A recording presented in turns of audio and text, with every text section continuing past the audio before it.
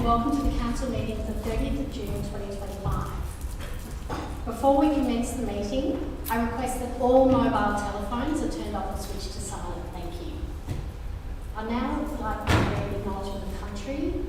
I acknowledge the Wurundjeri Woi-wurrung people as the traditional owners and original custodians of this land, and pay my respects to elders past and present, and extend that to all elders from other communities who may be here tonight or watching on the live stream. My name is Councillor Sophie Tawney, and I'm the Mayor of Boroondara, and I'll start by introducing my fellow councillors. Seated to my left at the horseshoe table, I have Councillor Lisa Holsworth, Councillor Shima Abuki, Councillor Wes Galt, Councillor Michael Nolan, Councillor Felicity Sinfield, Councillor Mal Osborne-Smith, Councillor Rob Bayou, Councillor John Fremd-Pereira, and up on the screen behind me we have Councillor Victor Franco, the Deputy Mayor, and Councillor Chris Pattis. I acknowledge also in attendance this evening our active Chief Executive Officer, Kate McCackey, and our Coordinator of Governance, Kirsten Ritchie. There are other officers in attendance tonight, and they will be introduced as required. Please note the Council meeting is being live streamed on the Council YouTube page, so you can watch proceedings of the meeting, Council deliberations and voting. The meeting will also be recorded and made available on the Council website as soon as practical after the meeting. I will now move to apologies. Ms Ritchie, are there any apologies for this evening? Thank you, and through you, Mayor, there are no apologies for tonight. Thank you. We'll now move to item 2, the adoption and confirmation of the minutes of the Council meetings held on the 19th and 26th of May 2025. Councillors, can I please have a motion to adopt and confirm the minutes? Councillor Fremd-Pereira. We move the motion on the screen. Thank you. Councillors, do I have a seconder? Councillor Abuki. Happy to second. Councillors, is anyone opposed? I will now put the motion. All those in favour? I declare the motion carried. We'll now move to item 3, declaration of conflict of interest of any councillor or council officer. Councillors and council officers, are there any conflicts of interest that you wish to foreshadow the matters on the agenda tonight? Councillor Osborne-Smith. Yes, I have a conflict of interest. Item 9.1 perhaps? That sounds like one. Thank you very much. Great. Is this a general or a material conflict of interest? I think it might be material. It's material. Great. Thank you for reminding me. Thank you, Councillor Osborne-Smith. Can you please raise the conflict of interest when we reach the matter? We'll now move to item 4, deputations and petitions. Ms Ritchie, are there any deputations or petitions? Thank you, and through you, there are no deputations or petitions. We'll now move to item 5, informal meetings of councillors. Councillors, is anyone prepared to move a motion in relation to informal meetings of councillors as appearing on the screen? Councillor Osborne-Smith. Yes, happy to move the motion on this one. Do I have a seconder? Councillor Fremd-Pereira. Happy to second. Councillors, is anyone opposed? I will now put the motion. All those in favour? I declare the motion carried. We'll now move to item 6, public question time. Council encourages the submission of public questions prior to 12 p.m. on the day of the meeting. Questions submitted prior to 12 noon will be provided with a detailed verbal response as well as a response in writing. Those submitted after 12 p.m. will receive a verbal response if possible, but will otherwise be taken on notice for a more comprehensive written response to be provided in due course. Ms Ritchie, do we have any public questions? Thank you, and through you, Mayor, there are 2 submissions by 1 person tonight. Thank you for the questions. All questions have been allowed in accordance with Chapter 2 of the Governance Rules. All questions will receive a written response in due course. First question, Ian Huntley. Subject, Greythorn Park Oval Spend.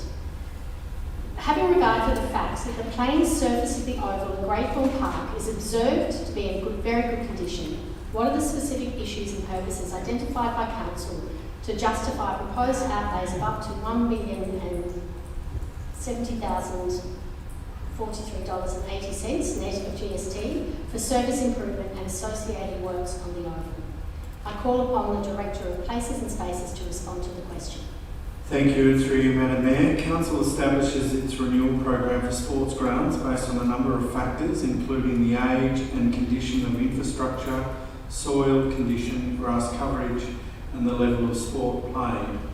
Greythorn Park has poor and end-of-life infrastructure, including the irrigation and drainage systems, which are both subsurface. Its grass coverage is poor and patchy, which is particularly evident during summer as the irrigation system cannot reach all sections of the ground. During the wet winters in 2022 and 2023, a number of matches had to be cancelled and the ground closed for usage. It is considered to be the highest priority ground for reconstruction due to these factors. Thank you, and thank you for your question, Mr Huntley. Second question is Ian Huntley. Subject: canopy tree in Balwyn North. Will Council take immediate action to remove soil which has been piled up around the trunk of the large canopy tree on the residential development site at 98 Doncaster Road in Balwyn North? I call upon the Acting Director of Urban Living to respond to this question. Thank you, and through you, Chair. Council is aware of the tree referred to in Mr Huntley's question and the works that are occurring on that site. There is an open investigation relating to a potential breach of the Forest Tree Protection Local Law, and any enforcement action will be subject to the outcome of that investigation. Council officers are prevented from providing further details with privacy legislation about that investigation. But we thank Mr Huntley for taking an interest in the matter and for his concern regarding the protection of the Barrows Tree Canopy. Thank you, and thank you for your question, Mr Huntley. We'll now move to item 7, notices of motion. Ms Ritchie, do we have any notices of motion? Thank you, and through you, Mayor, there are no notices of motion. We will now move to item 8, presentation of officers' reports. The first item is item 8.1, the budget of 2025 to 2026 adoption. This item will be introduced by Sapphire Allen, the Acting Chief Financial Officer.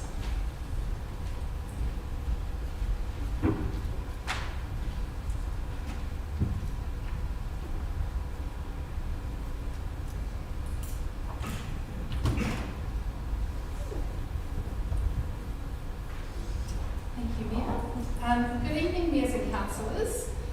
This report recommends that Council adopt the budget for the 2025 to 2026 and declare the rates and charges for the 25-26 year. The draft budget was exhibited for public consultation from 30 May through to 14th May, 30 April to 14 May, and submissions were heard at the Services Delegated Committee meeting on 26th of May. This budget is financially sound and reflects responsible decision making and ensures the financial sustainability of Council for now and for years to come. I'll now hand over to the Mayor, who would like to say a few words. Thank you very much, Ms Allen. Tonight does mark more than the adoption of a budget. It marks a shift, a decision to do things differently, to look forward and to invest in a future that reflects the values and aspirations of our community. This is a budget shaped by intention, by councillors and officers working side by side with care, with purpose and a clear focus to make Boroondara a stronger, fairer, more sustainable place for everyone now and in the years ahead.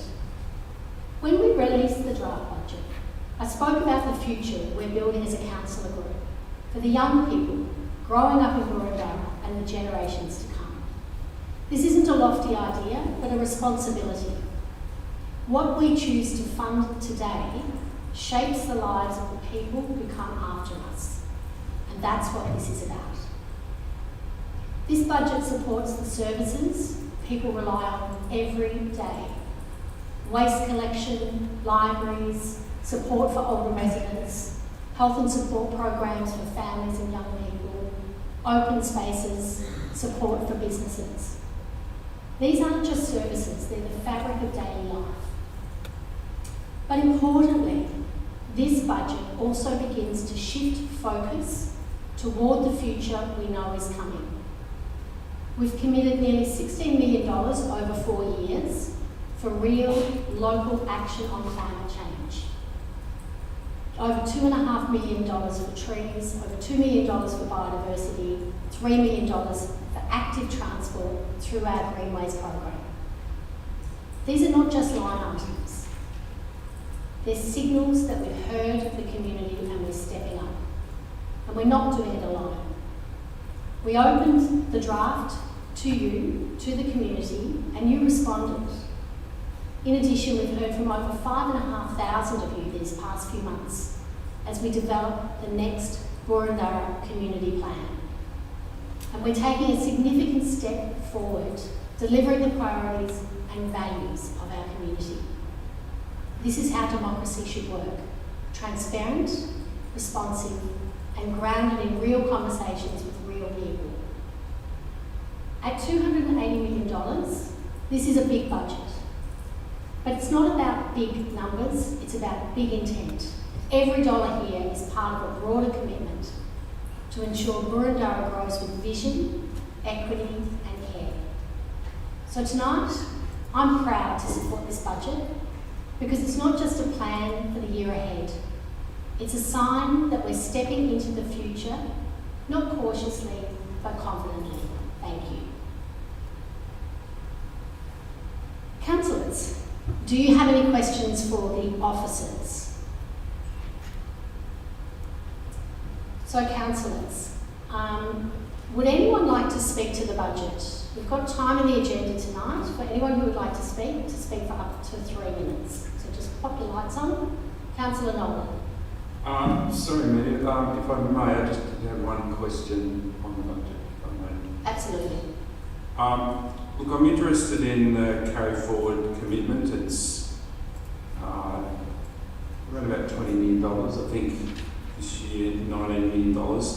And for my benefit and the benefit of our community, can you just give a bit of an explanation? Could the officers give me a bit of an explanation on what that surplus is there for? Thank you, Councillor Nolan. You're referring to the carry forwards, which priority projects is 632,000, and the capital works is currently at 3.68 million of carry forwards only. So the surplus result for next year takes into account those carry forwards as well, moving from this current financial year into the 25-26 financial year as well. Is your question more about the surplus result or the carry forwards? Both. So I think it's good just for everyone to understand when we talk about the surplus, it's the carry forward from projects, but what are the other aspects to besides that amount of money that you just mentioned? And in terms of the 25-26 surplus result, so it is made up of a range of items within there as well. Of that, it does include this 3.68 million from capital works into the 25-26 year as well. So yeah, it's got all of those carry forwards that are under there. Not sure if I've completely answered your question. That's all right. That's all right. I'll take the rest of it on notice. Thank you. Councillor Pattis.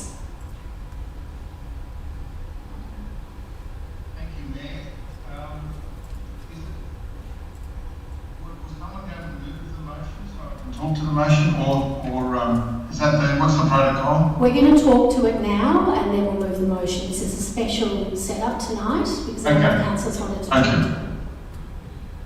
Okay, thank you, Mayor. We're all elected by the community to make a difference to the lives of people in Boroondara. In terms of making a difference, this city's new budget certainly makes an impact. The 2025-26 financial budget will allow us to rebuild the ageing Greythorn Park Pavilion to allow better access for female sports people and to bring this building up to modern standards. Nearly $3 million will be provided to support the growth of our tree canopy coverage across the city. Almost $4 million is directed to climate change initiatives, which for most will be allocated to provide support to our residents in reducing carbon emissions and also reducing their energy bill. There is more funding than ever to ensure our roads, our footpaths and our streetscapes continue to reflect the high standards that our residents have been used to. We will also be reviewing our local shopping strip strategies to encourage people to shop locally and to help local traders through these difficult times for retail. The budget consultation process has been more transparent than ever, with 26 submissions and 18 in-person presentations from our community. Unfortunately, the Burundara community also has to fund cost shifting from other levels of government. Over 17 million last year was spent on funding areas that the state and federal governments either imposed on us or where they cut back funding. For example, an extra 4 million for libraries and learning centres, an extra 4 million on urban planning, an extra 2 million for electrical line clearing, nearly 1 million more for the landfill, levy and waste services. Grant funding has declined by nearly 10 million. The fire services property levy will be replaced by a new levy, which means an extra $146 must be collected by us from every household on behalf of the state government. We will continue to inform our community on the impact of cost shifting, primarily from state government. This is a responsible budget that will impact the community in a positive way, yet it will allow us to remain financially viable well into the future, allowing us to make a difference to all people in Burundara. I support the amended officer's recommendation on the screen. Thank you, Mayor. Thank you, Councillor Pattis. Councillor Bookie. Thank you, and through you, Mayor. I just want to thank the members of the public who provided feedback and made submissions, especially those who came into the chamber to speak. As Councillor Pattis described, we introduced a new process to give the community the chance to have say on amending the final budget, and we are also laying the groundwork for a stronger process next year. I also want to thank the acting CFO, Ms Samphire Allen, the CEO, Phil Storrow, directors and all officers involved for the many days of work that went into finalising this budget. As the Mayor said, this budget reflects what we heard through the Burundara Community Plan, that our community wants Council to take stronger action on climate change, invest in support for young people, and focus on building a more connected, inclusive community. This is a budget that balances prudent financial management with meeting the expectations of our community. I also thank the Mayor and my fellow councillors for their work, and I commend the budget to the chamber. Thank you, Councillor Bookie. Would anyone else like to speak? Councillor Hollingsworth. Thank you, Mayor.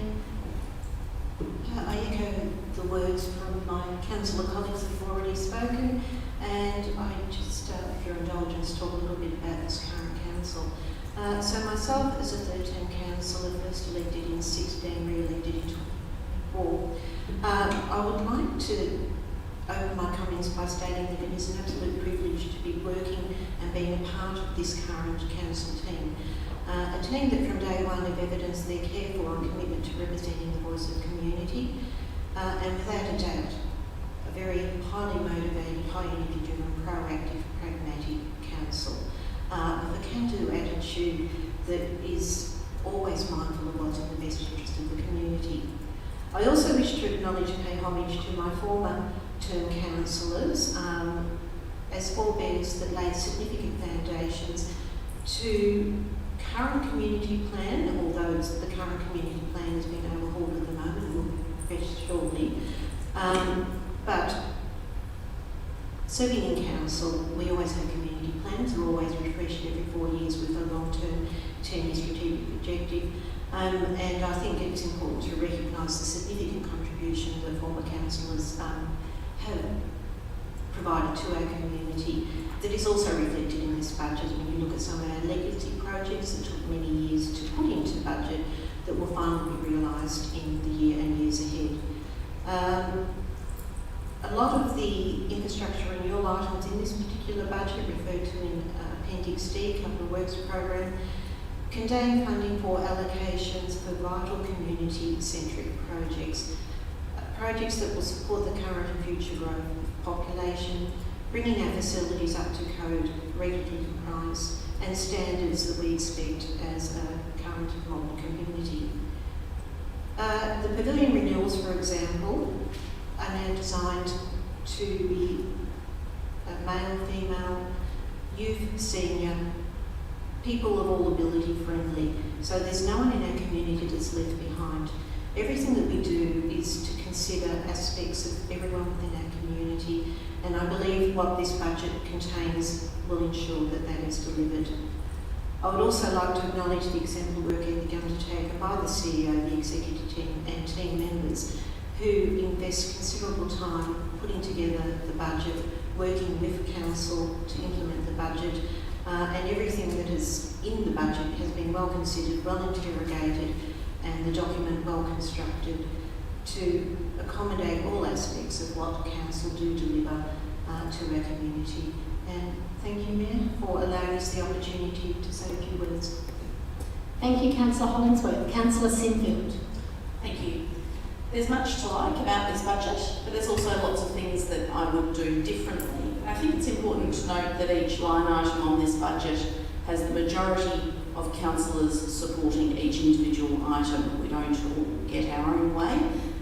It takes many months of work to bring this together. I'm disappointed that the budget and the scope for the Kew Library project has been cut, but pleased to see the funding affirmed for the tuck stand project in Hawthorn at Glenferrie Oval, which will be a landmark project. I think it's also worth noting that Council will collect the Emergency Services and Volunteers Fund levy with the 25-26 rates, replacing the Fire Services levy on behalf of the state government.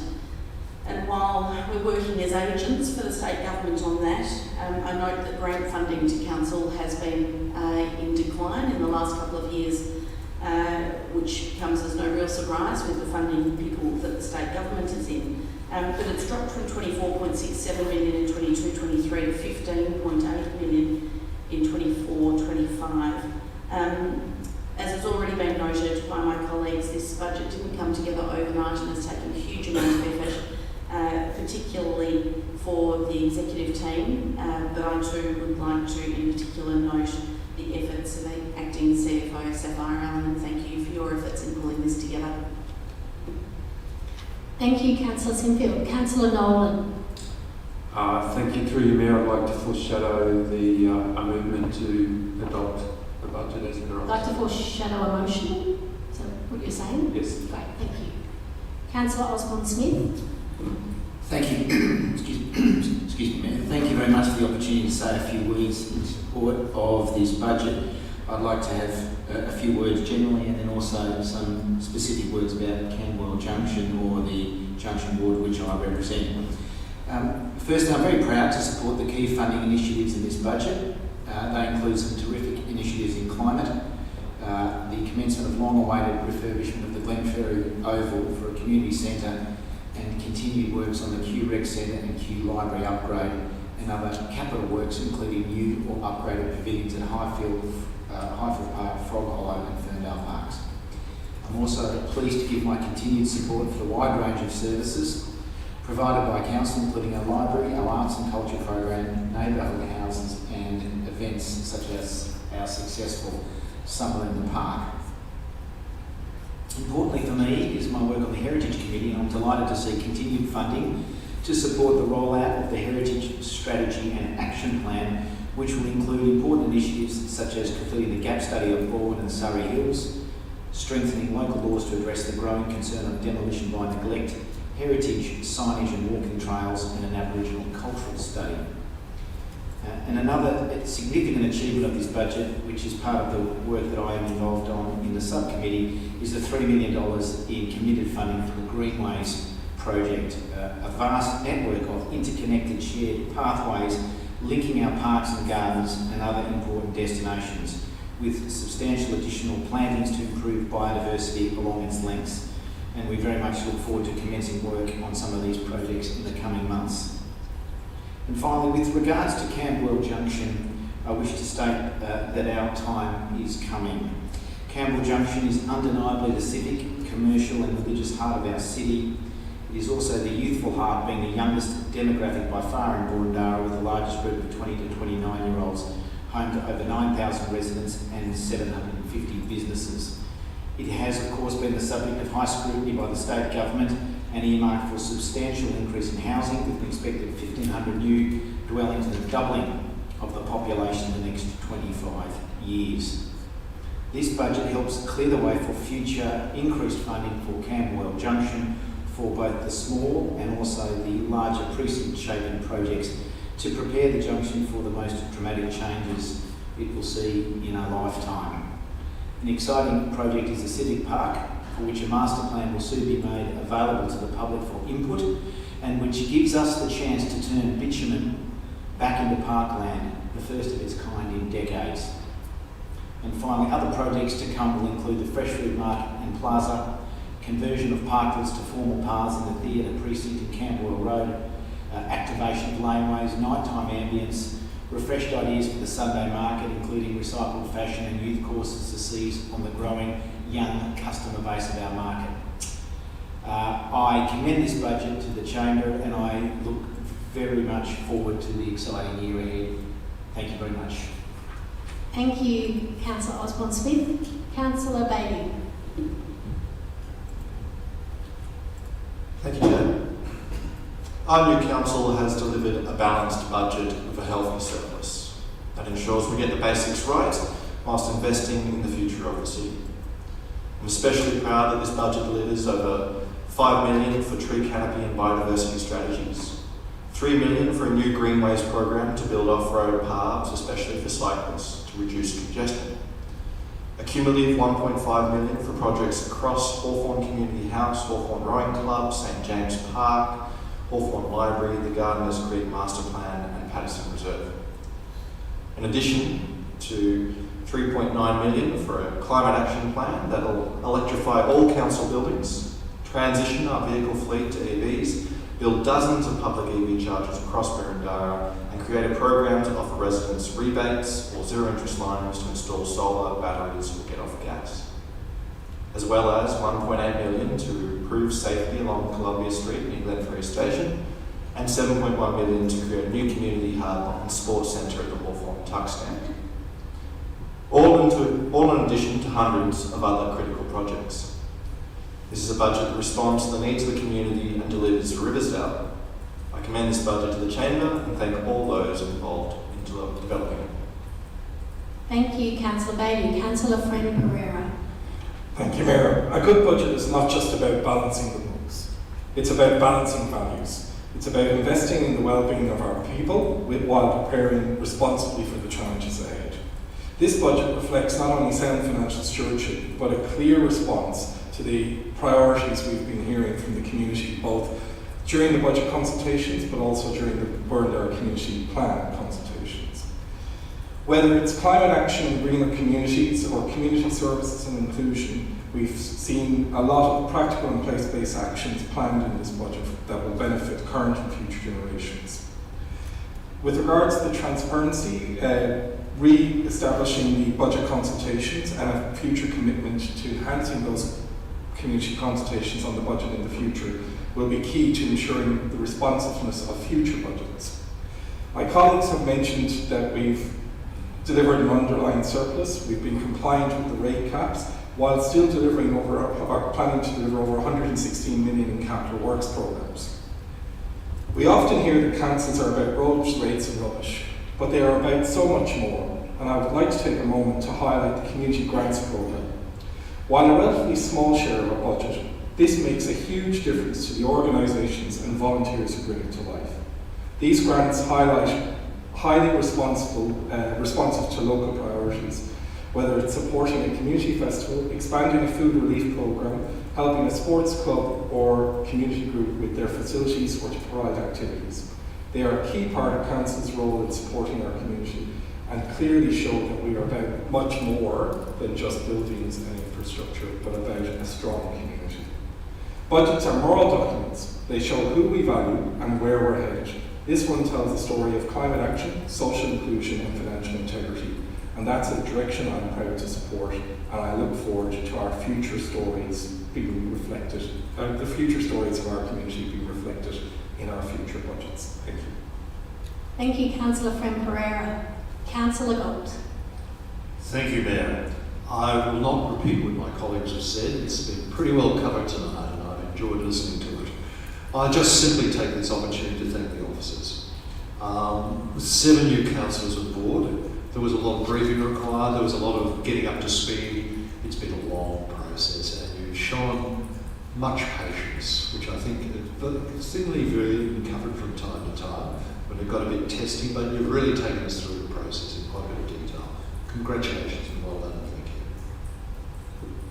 Thank you, Councillor Gold. Very well said. Thank you, Sapphire, from everybody. Councillor Nolan, would you like to move a motion? Yes, I'd like to move a motion that we adopt the 2025-26 budget as per the officer's recommendation. Do you mean the alternate motion? Do you have an alternate motion? You had the one with the officer's recommendation. Officer's recommendation. As on the screen.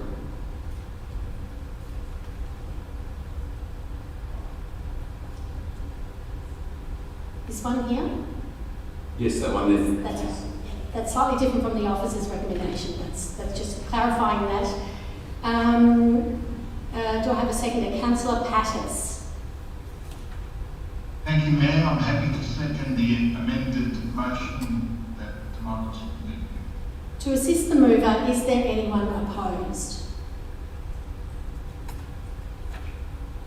Councillor Nolan, as the mover, do you wish to speak to the motion? Yes, I would like to. Thank you. Through you, Mayor. I too don't wish to overly go through what everyone else has said. Articulated very well. I think the budget reflects the feedback of community forums and the community workshops, but it also reflects people and the councillors and fellow councillors being out and about in the community, listening to residents both before the last council election and in the last 7 or 8 months. I think there's a deep connection to our residents and I'm very optimistic we've captured that. Our budget is prudent. The infrastructure build program, we will be renovating the existing Kew Library in 2026. We have put the Hawthorn Library redevelopment on hold, which has enabled us to do a number of other community things. So we're continuing with the Michael Tuck stand, pavilions, a number of kindergartens are getting redeveloped. We're providing a lot more female facilities these days, which is great to see. This budget is about community, this budget is about equity, this budget is about inclusion, and we are certainly going to be able to get on with more active transport in terms of walking and riding paths and stronger climate action.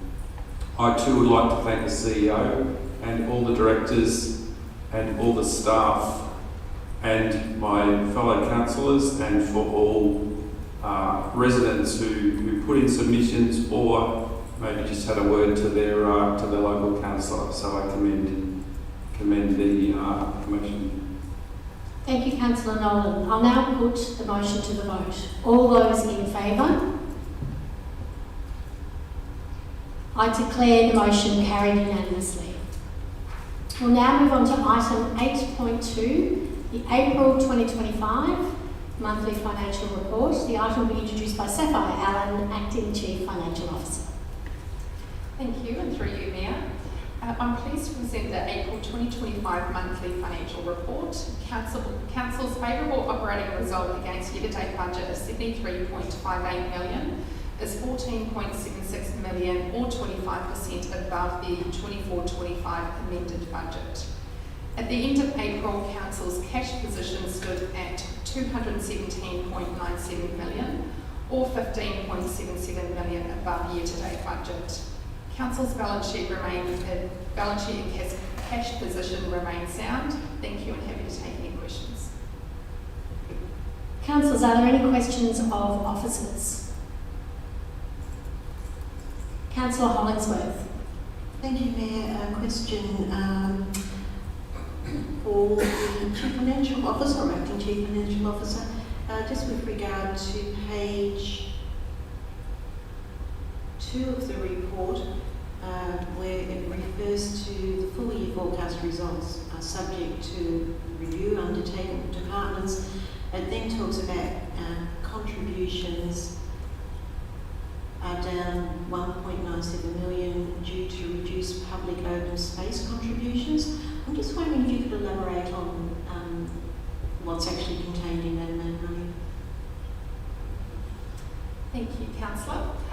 So the full year forecast was undertaken with the organisation during the March quarterly performance report, and that's projected a surplus result of 19.8 million, which is only about 118,000 below the amended budget. In terms of the contributions, it's really hard to predict. They are developer contributions to our open space. So it is predicted that we've got lower contributions at this stage of about 1.97 million. They can be a little bit hard to predict as well. Thank you. If I might just follow up the secondary question. So is that because approved developments are not proceeding, or? I might just defer to the Director of Acting Director of Urban Planning, Charles, for this question. Thank you. Thank you, Madam Premier. Yes, so public open space contributions do relate to the amount of development that is approved, and then their collection point, if my memory serves me correctly, is when there's a subdivision occurs at the end of the project. So the fact that there have been fewer developments approved and completed does mean that those collections are lower than might have otherwise been predicted. It probably reflects the state of the development market at the moment. Thank you. Thank you for clarifying. Councillors, is anyone prepared to move a motion? Councillor Friend Pereira. I'll move the officer's recommendation. Thank you. Do I have a seconder? Councillor Hollingsworth. Happy to second. Thank you. To assist the mover, is anyone opposed? I'll now, Councillor Friend Pereira, would you like to speak to the motion as the mover? No. Thank you. I'll now put the motion to a vote. All those in favour? I declare the motion carried. Thank you, Sam. What's your bid? I'd like to move to item 8.3, adoption of the revenue and rating plan for 2025 to 2029. The item will be introduced by Sapphire Allen, Acting Chief Financial Officer. Thank you, Mayor. Good evening, Mayors and Councillors. Also joining me this evening is Philip Maloney, Team Leader of Rates as well. Tonight we're presenting the Revenue and Rating Plan 2025 to 29 for adoption. This plan sets a framework for how Council will generate income over the next 4 years to fund services, maintain assets and deliver on community priorities. The draft plan was exhibited for public consultation from 28 May through to 11 June, and submissions were heard at a Services Delegated Committee on 16th of June. The final plan before you reflects Council's ongoing commitment to responsible financial management, fairness and transparency. Thank you and happy to take any questions. Councillors, are there any questions of officers? No? Councillors, is anyone prepared to move a motion? Councillor Friend Pereira. Move the officer's recommendation. Thank you. Do I have a seconder? Councillor Abuki. Happy to second. To assist the mover, is anyone opposed? I'll now, Councillor Friend Pereira, would you like to speak to the motion? On this occasion, yes, just briefly. This may initially seem like a rather dry document, but I think as the Acting Chief Financial Officer just stated, it's how we plan to generate revenue. And I really would encourage community to take some time, perhaps over some hot cocoa on a cold winter night, and to plough through this. A few things that arose for me, and I think for colleagues, was the issue of non-rateable land, the issue of levies. We've heard already from Councillor Pattis about the issue of cost shifting and the impact that's happening. A bit of an exploration of differential rates and a commitment to review this annually. So again, we're trying to be nimble, we're trying to be responsive to changing macroeconomic environment, state government funding, and also community's own priorities. And if people have thoughts on how we should change how to generate revenue, this is the way to do it. So I really would encourage everybody in the community to consider this plan carefully, and we will be reviewing it again next year. Thank you. Thank you, Councillor Friend Pereira. I will now put the motion to a vote. All those in favour? I declare the motion carried unanimously. Let's move to item 8.4. Contract number 2025/44, Retail Energy Procurement Australia contracts for electricity small sites. This item will be introduced by Graham Mawson, Acting Manager of Governance and Legal. Thank you, and through you, Mayor. This report recommends awarding a contract for our small site electricity following an open market process conducted by Procurement Australia on behalf of 132 participants. This contract secures electricity supply for around 208 council sites and accounts for approximately 20% of our total electricity consumption. In April of this year, Procurement Australia commenced an open market process to ensure energy supply agreements for its members. The evaluation process took into consideration sustainability credentials, capability, customer focus and cost, with AGL achieving the best outcome. The process conducted was compliant with our procurement policy and is a positive collaborative initiative and provides the best possible rate to council because of the volume and number of parties participating. This report recommends awarding contract 2025/44 to AGL for an estimated contract sum of $1,246,448. This recommendation results in no change to our current provider. The offer from AGL includes 100% green energy consistent with Council's climate action plan. Thank you, and happy to take any questions. Thank you. Councillors, are there any questions of officers? Councillor Gold. You mentioned, thank you very much, the 100% renewable. Have they detailed how they generate that renewable energy? Thank you. I will pass that to my colleague, Matt Dixon. It's accredited green power, so they don't specifically identify the site, it's just standard green power.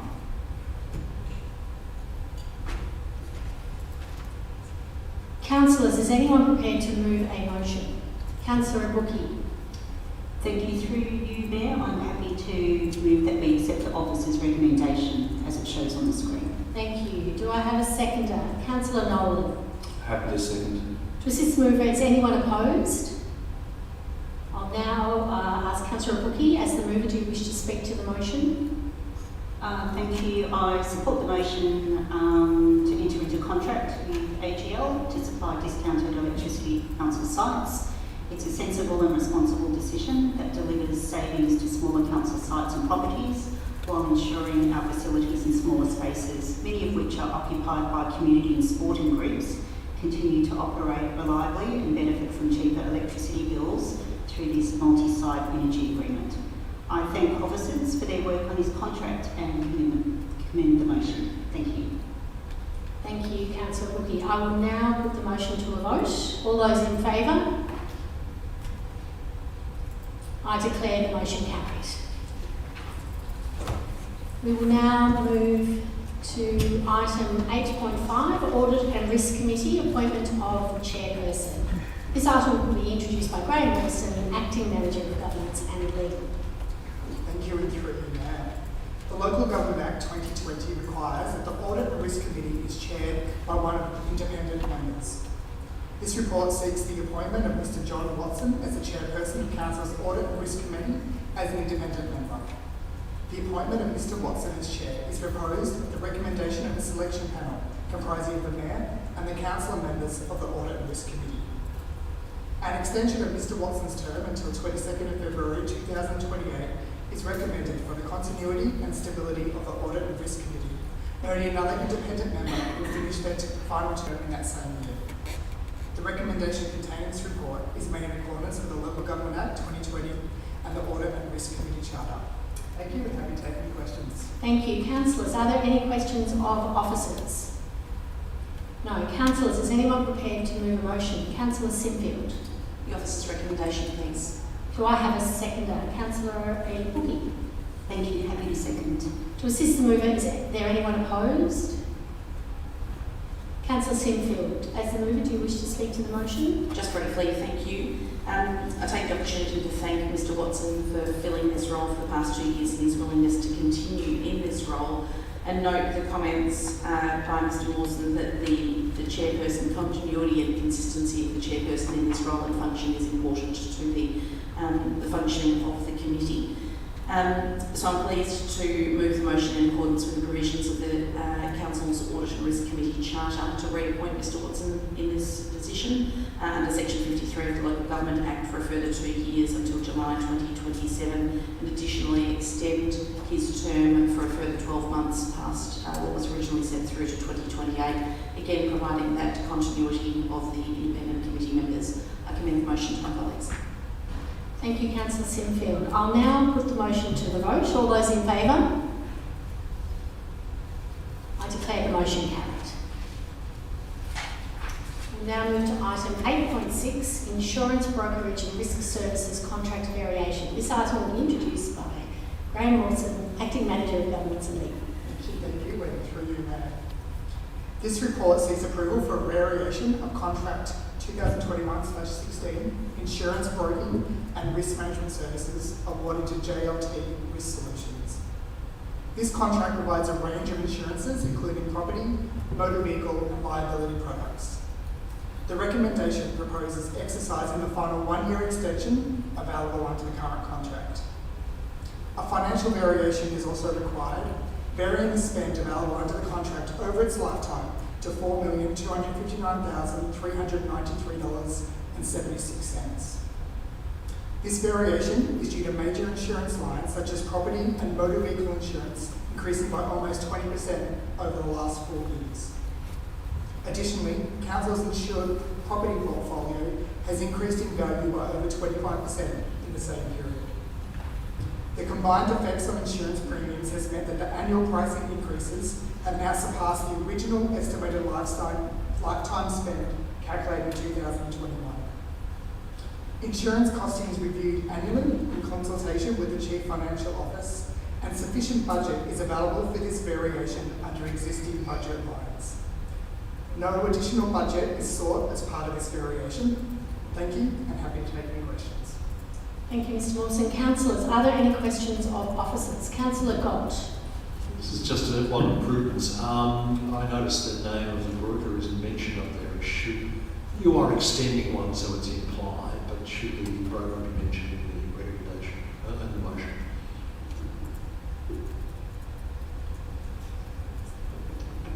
We will note the contract.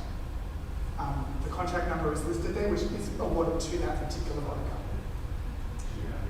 Thank you. Councillor Hollingsworth. Thank you, Madam Mayor. Mr Wilson, just wanted to find out, is this also including public liability as well as property? No, this does not include public liability insurance. Thank you. Councillor Sinfield. Thank you, and through you, this question might need to be taken on notice. I'm wondering, because it's in the public interest, how constrained Council is as far as choices for insurance brokering and risk management services with what's required through the NAV. Do we have choice of full market or are we constrained? I'll pass on to my colleague here, Rudy, the Coordinator of Risk Insurance. Thank you, and through you, Madam Mayor. So this contains all of Council's insurances with the exception of work cover and public liability, which is through the NAV and the Liability Mutual Insurance Scheme.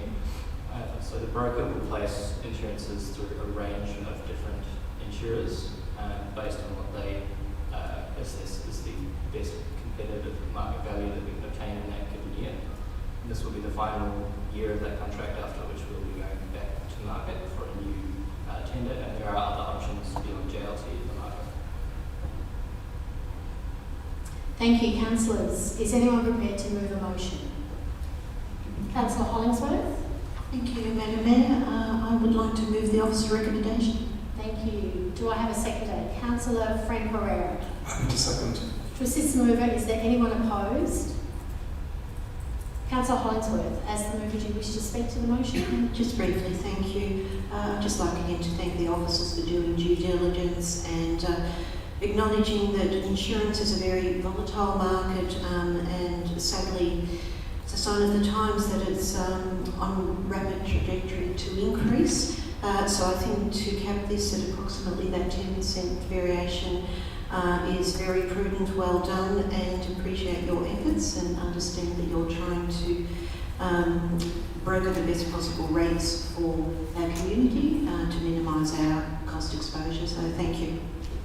Thank you. I'll now put the motion to the vote. All those in favour? I declare the motion carried.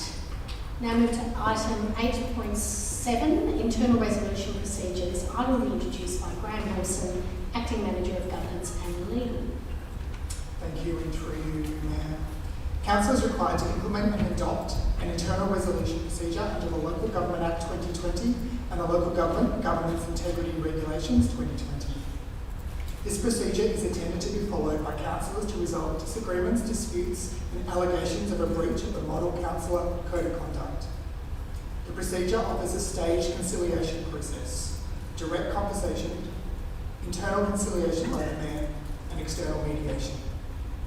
The procedure aims to provide both parties to the dispute with the support and encouragement to resolve the dispute in a manner that enables them to move forward and maintain effective working relationships.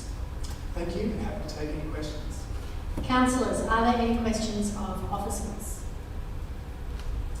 Councillors, is anyone prepared to move a motion? Councillor Bookie. Happy to move the motion to accept the officer's recommendation. Thank you. Thank you. Do I have a seconder? Councillor Osborne-Smith. Happy to second that, Councillor Bookie is the mover. Do you wish to speak to the motion? Thank you, Mayor. I'm pleased to move the officer's recommendation to adopt the draft. Good governance is fundamental to how we work together as councillors and how we serve our community. Clear, fair processes for resolving disputes between councillors, should they occur, underpin respectful relationships and strong decision making. I want to thank the council officers for their work in presenting this procedure and also the Mayor for her work and her commitment in maintaining a positive and respectful culture, both formally and informally, in her dealings with councillors. I commend this procedure to the Chamber. Thank you. Thank you. I'll now put the motion to the vote. All those in favour? I declare the motion carried. Thank you. We'll now move to item 8.8, Draft Domestic Animal Management Plan for 2026 to 2029. This item will be introduced by Yvonne Hill, Business and Policy Lead. Perhaps. I would like to call up Charles to present this report. Clearly not pre-prepared.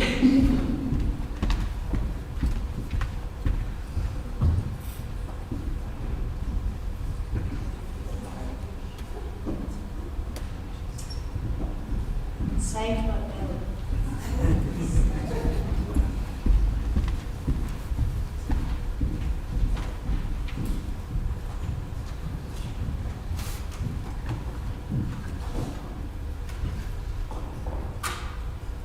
Thank you, Madam Mayor. I'm going to pass over to the Manager of Civic Services, Paul Chua, to present this report. Thank you, Madam Mayor. Good evening, everyone. Thank you for letting us present this report this evening. We're here to talk about the Domestic Animal Act and our new Domestic Animal Management Plan for the next 4 years for the City of Boroondara. The Domestic Animals Act requires us as Council to prepare a new Domestic Animal Management Plan, or a DAMP, every 4 years. The current plan expires this December 2025. A draft DAMP for 2026 to 2029 has been prepared for Council consideration. In line with the legislation, the draft DAMP outlines the policies, procedures and everyday activities that Council uses to manage domestic animals. The plan also identifies any new initiatives.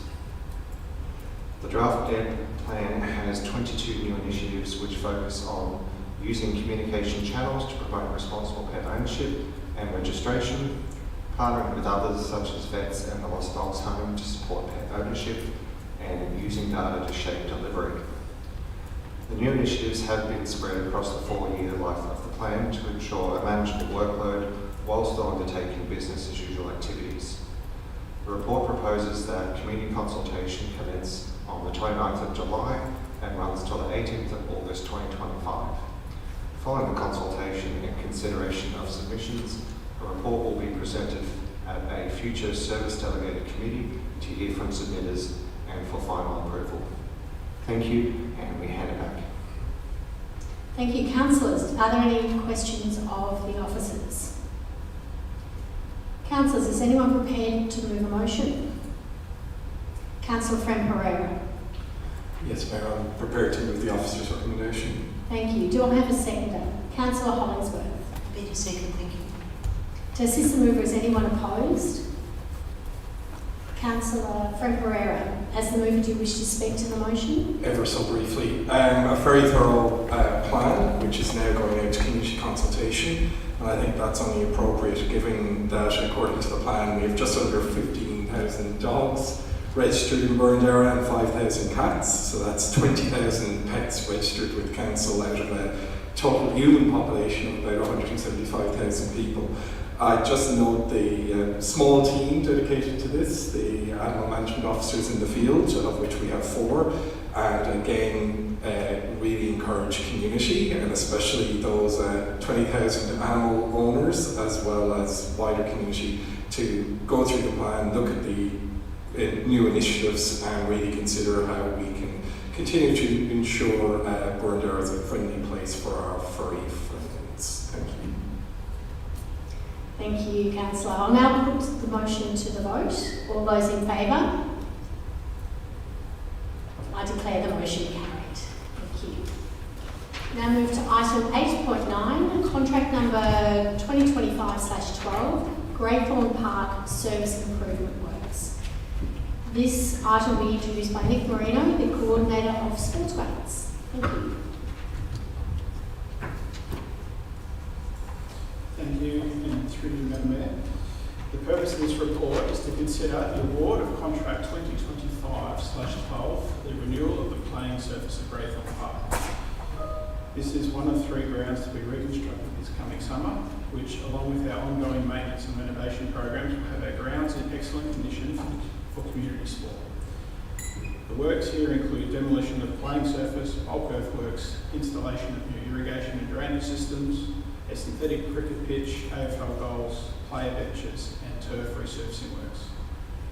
The Kew Rovers Football Club and Old Xavier Football Club will have their pre-season training accommodated elsewhere in Burundara, and Coonong Heights Cricket Club will be supported with an alternative training and playing venue while these works are completed. The works will commence in September, with the ground reopening in late March 2026. We received 8 submissions for these works, and after a thorough evaluation process, the recommendation is to award to Victorian sports groups as shown on the screen. I commend the officer's recommendation to you. Thank you. Thank you, Ms Marino. Councillors, are there any questions of officers? Councillors, I'm in search of a motion. Councillor Pattis. Oh, you had some questions? Mayor, I'd be happy. Yeah, sorry, go ahead, Councillor Pattis. Thank you, Mayor. I'd be delighted to move the motion as it's written and speak to the point of order. Thank you. Do I have a seconder? Councillor Osborne Smith. Happy to second that motion. Thank you, Mayor. To assist the mover, is anyone opposed? No. Councillor Pattis, as the mover, do you wish to speak to the motion? Yes, briefly, please, Mayor. I'd like to just say that this is the right time to do this, not only because the surface of Greythorn Park needs very urgently these works, but also the timing with the upgrade or the rebuilding of the Graythorne Park Pavilion, it's actually the appropriate time to actually do both of these works so that we minimise the impact, obviously, to the people that use the park, but also to the other users of Graythorne Park. It allows us to do two very important projects at the same time in parallel without disturbing the community twice. So I commend this to the community. Thank you, Councillor Pattis. I'll now put the motion to the vote. All those in favour? I declare the motion carried. We'll now move to item 8.10, Kew Recreation Centre Heat Pump Technology. The item will be introduced by Anthea Kyprios, the Manager of Capital Projects.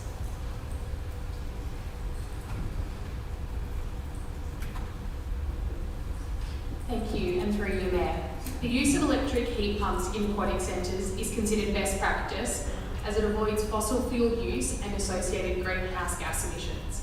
By installing the heat pumps at Kew Recreation Centre, approximately 860 tonnes of emissions will be saved.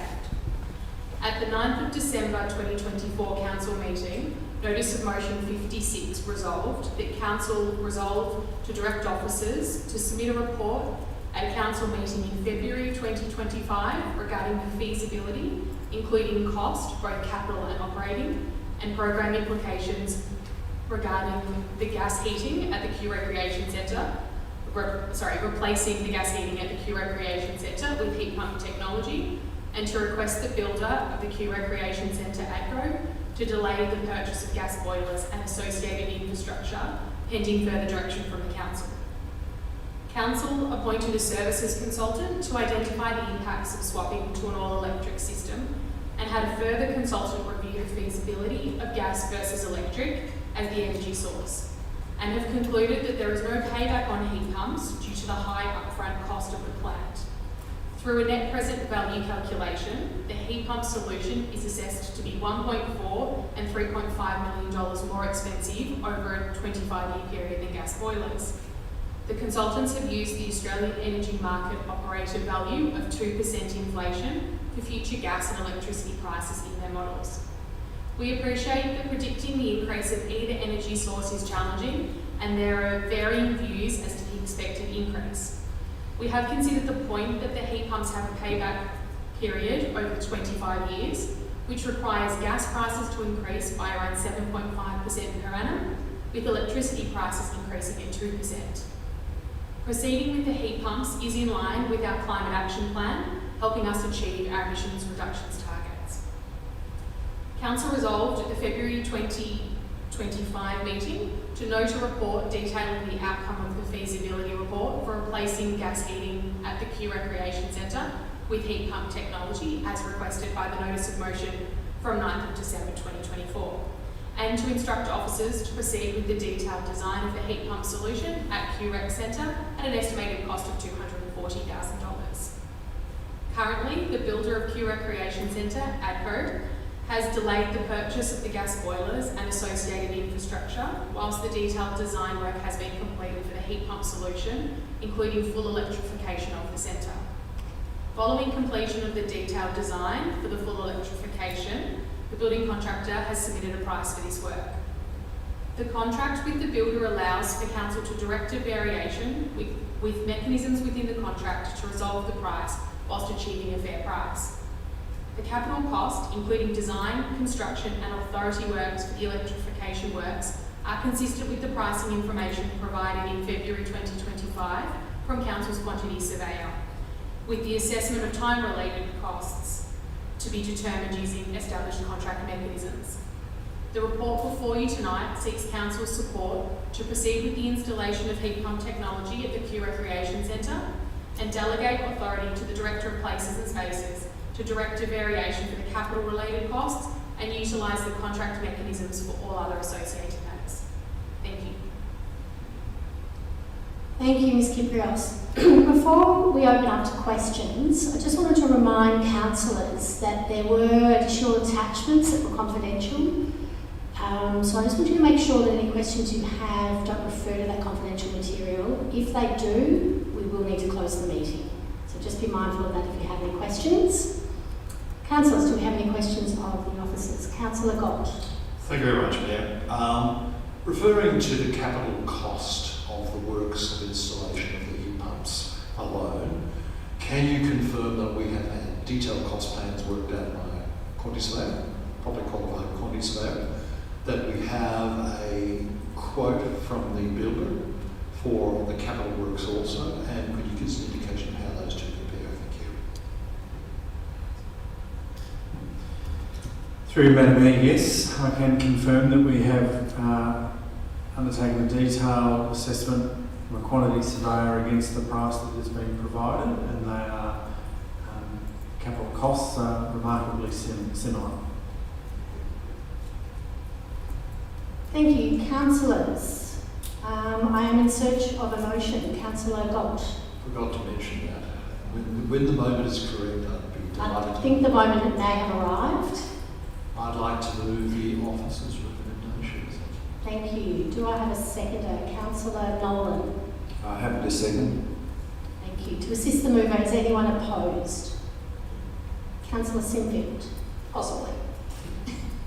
Well, why don't we have a discussion, bearing in mind that if anyone wants to speak to it, to not refer to the confidential information. Would anyone like to speak? Councillor Sinfield. The mover not want to speak to it first. Oh, okay. Well, yes, that's a good, very good point. Sorry. Process. Councillor Bolt, as the mover, do you wish to speak to the motion? I do indeed. Thank you very much. There's been a very strong will we've detected within our community to have this conversion from gas to heat pump for quite some years now. Unfortunately, in years gone by, it hasn't necessarily stacked up, but much has changed in the meantime, pricing, etc., etc. So I'd just like to start by thanking the officers and the advisory committee for working so hard to again revisit this situation and look at it very closely. I'd like to then go on to say, and I've used these expressions before, this is the 10 years in which many experts and consultants and community advise that we need to make some very serious changes in our carbon fuel use. If we've to stand any chance whatsoever of meeting our commitment to the Paris Climate Accord, we're now halfway through that period.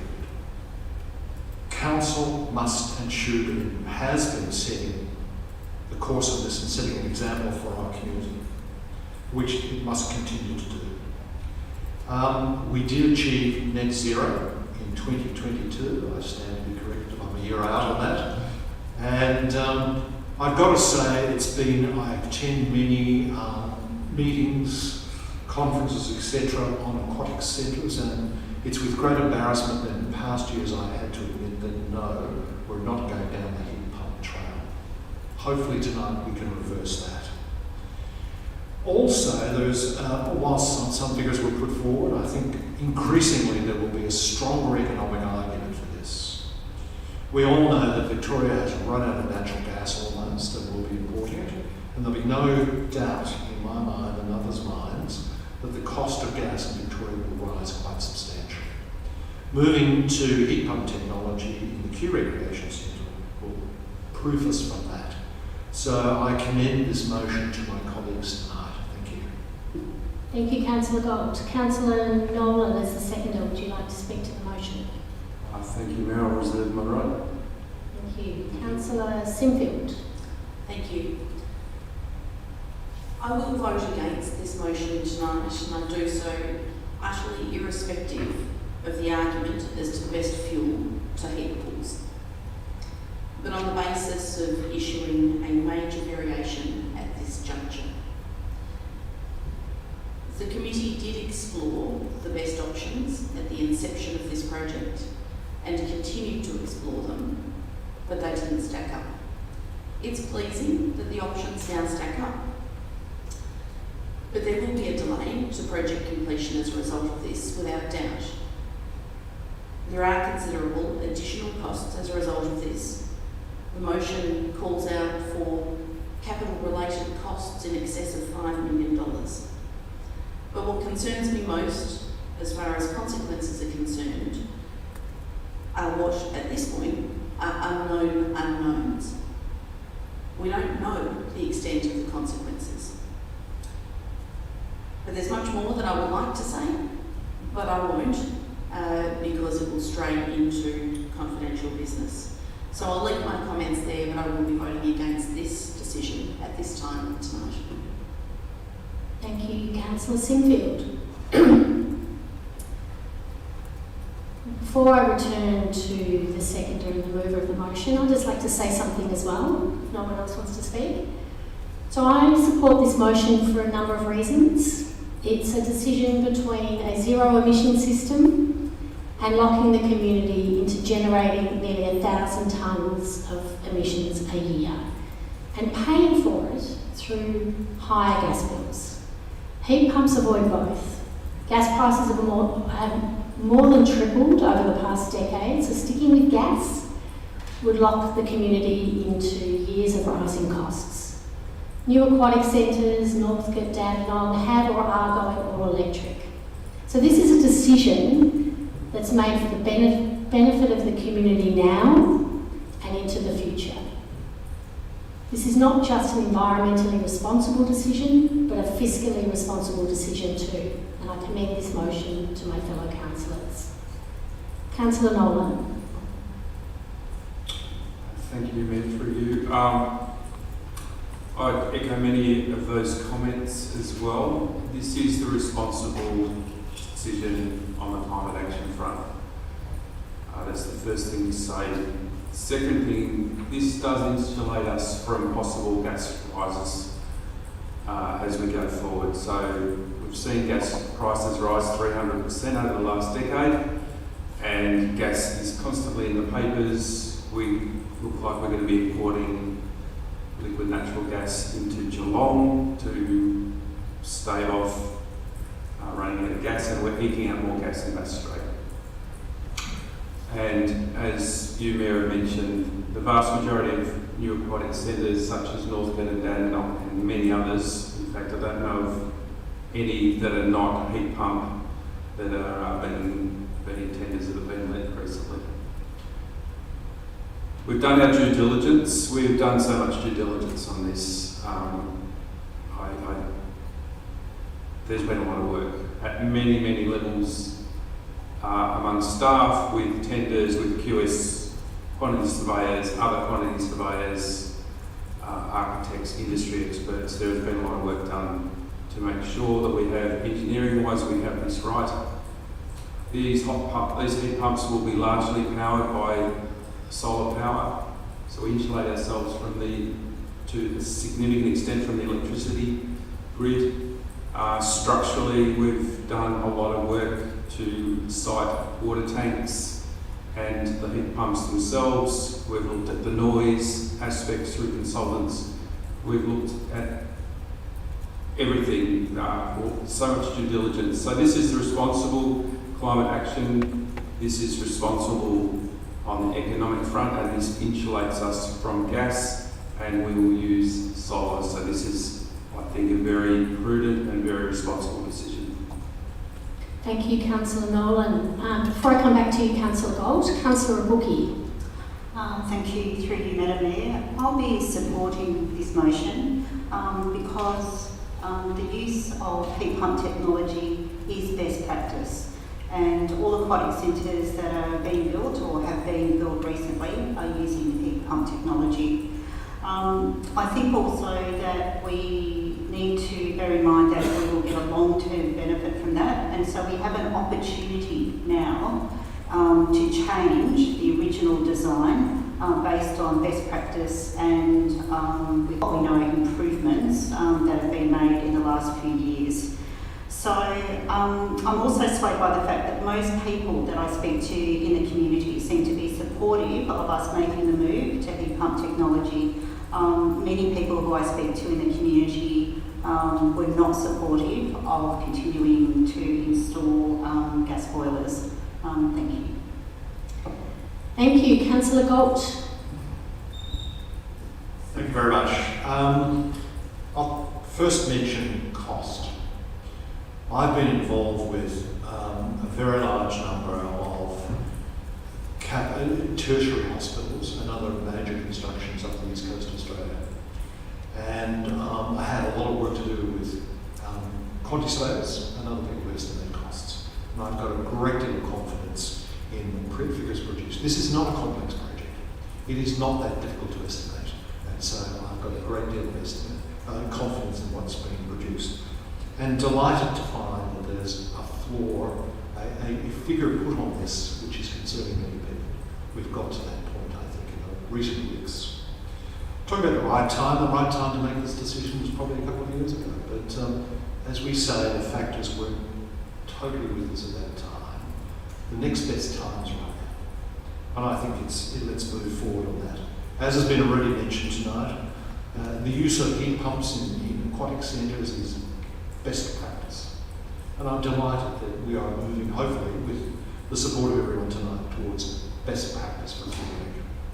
And I know it will delight many members of my community. So I commend this again to my fellows.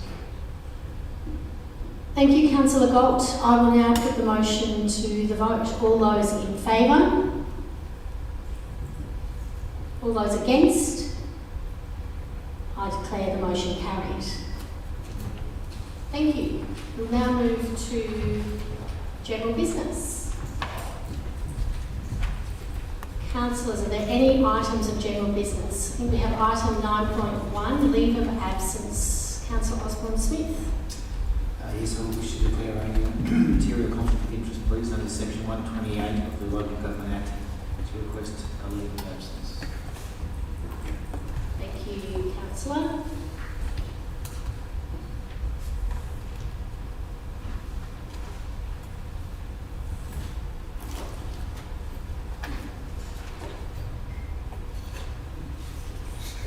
You'll be back in about a minute. Oh.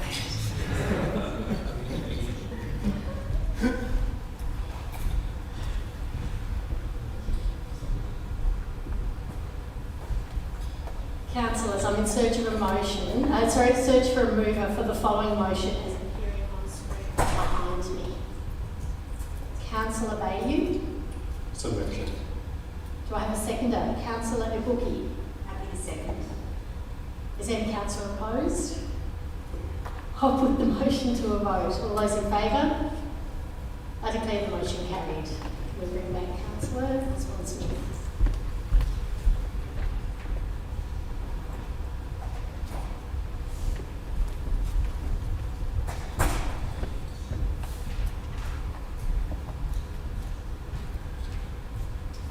Welcome back. We have another item of council business, 9.2, general business, Camberwell Junction Precinct Advisory Committee. Councillors, I'm in search for a mover for the following motion as it's appearing on the screen behind me. Councillor Osborne-Smith. Yes, I'll be very pleased with this motion. Time's required. Thank you. Do I have a seconder? Councillor Ibuki. Happy to second. Is any councillor opposed? I'll now put the motion to a vote. All those in favour? I declare the motion carried. Councillors, are there any other items of general business? Councillor Fran Pereira. Yes, thank you, Mayor. I'd like to acknowledge 3 recent community events that I had the privilege of attending. On Wednesday, the 18th of June, I attended a Lighter Footprints electric battery talk at the Ashburton Community Centre, which had attendance of almost 100 people. We heard from speakers from Analytic Engines and from All Electric Homes, who gave very detailed advice to community members as to how they could consider taking advantage of the federal government's rebates on electric batteries, and it was very informative. On Sunday the 22nd, I had the privilege of being invited by the Gold Group, which is Growing Old, Living Dangerously, to attend their Bollywood Bonanza at the Samarinda Senior Centre in Ashburton, and that was also attended by the Consul General for India, Dr. Kumar. A fantastic event, and it was enabled by a community grants from council. And on Thursday, the Rotary Club of Boxhill Burwood invited me to join a community mural at the Brickworks Shopping Centre, a very interesting initiative, and one that perhaps council colleagues will take an interest in terms of revitalising our shopping precincts. It involved engaging primary schools, Rotary, Girl Guides, Scouts to paint part of a mural within the shopping centre. So a very vibrant and community orientated event. Thank you very much. Thank you, Councillor Ferreira. Councillors, are there any other items of general business? Councillor Abuki. I would just like to commend everyone involved in the Towards Treaty community talk. I think it was an honour that we were selected as one of two councillors from the Municipal Association of Victoria to run a pilot program. I would like to thank the First Peoples Assembly of Victoria, also the Treaty Authority, Reconciliation Victoria, and the Murnong First Peoples Gathering Place for what was a fantastic afternoon. And I also thank many people from our community who joined the talk and their thoughtful and reflective questions. Thank you, Councillor Abuki, and I think you also need to thank the Wurundjeri people, and particularly Elder Andrew Gardner who was there. Thank you, Councillor Abuki. Councillor Hollingsworth. Thank you, Mayor. I would like to mention during the course of the last week, yourself as Mayor, as CEO, and myself as the MAV delegate representing Murundara Council at state and national council meetings, attended a conference at Canberra and what's called the National General Assembly, where we have delegates and representatives from all councils across all of Australia. There was in total 1,300 people attending the conference, and it was a wonderful opportunity to network, but also to meet, greet, listen to speeches from ministers, from keynote speakers, to hear more about the advancements of AI, geopolitics, climate that's impacting not just Victoria but every state. And when I say climate, climate conditions that could be erosion, fire, flood, agricultural. Some of the problems are profound and significant, and attending these forums is that we learn more about what's being done and what still needs to be done to work together as a nation. And I personally believe that it was incredibly beneficial. I have a lot to report back to our councillor colleagues in due course, as I'm sure you do, Mayor, and as CEO, and very grateful to the opportunity to attend and represent Murundara. Thank you. Thank you, Councillor Hollingsworth. Councillor Sinfield. Thank you. I would like to note that PTSD Awareness Day occurred this week on the 27th of June. That's a day dedicated to raising awareness about post-traumatic stress disorder and the impact it has on individuals and their families. It affects around 1.5 million Australians at any given time, and that's just shy of 3,000 Murundara residents. I think it's important that we all acknowledge that not all wounds are visible. Thank you. Thank you, Councillor Sinfield. We will move on to item 10, urgent business. Councillors, are there any items of urgent business? No, so let's move on to item 11, confidential business. Councillors, there are no items of confidential business, so that brings us to the end of the order of business for this meeting. Thank you to all those who did join us in the gallery and online this evening, and I now declare the council meeting closed.